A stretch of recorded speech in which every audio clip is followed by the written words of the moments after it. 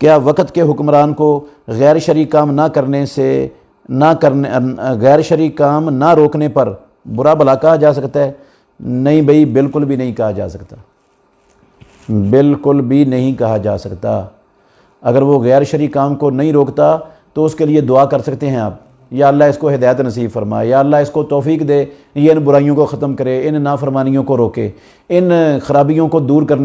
کرے، یہ آپ اس کے لیے دعا کر سکتے ہیں، اس کو نصیحت کر سکتے ہیں، اس کو اللہ سے ڈرا سکتے ہیں، جا کر اس کے پاس اس کے لیے دعا کریں، لوگوں سے اس کے لیے دعا کروائیں کہ اللہ اس کے لیے دعا کرو، اللہ اس کو توفیق دے۔ اس کو برا بھلا کہنے سے اپنا نامہ اعمال آپ خراب کریں گے، اس کا کچھ نہیں بگڑے گا، بلکہ نقصان ہوگا، امت کا نقصان ہوگا، ملک کا نقصان ہوگا، قوم کا، آپ کا کچھ نہیں جائے گا، آپ اپنا نامہ اعمال سیاہ کریں گے۔ تو اس لیے یہ درست نہیں ہے طریقہ، سلف کا طریقہ نہیں ہے یہ کہ وہ ان کی غلطیوں پر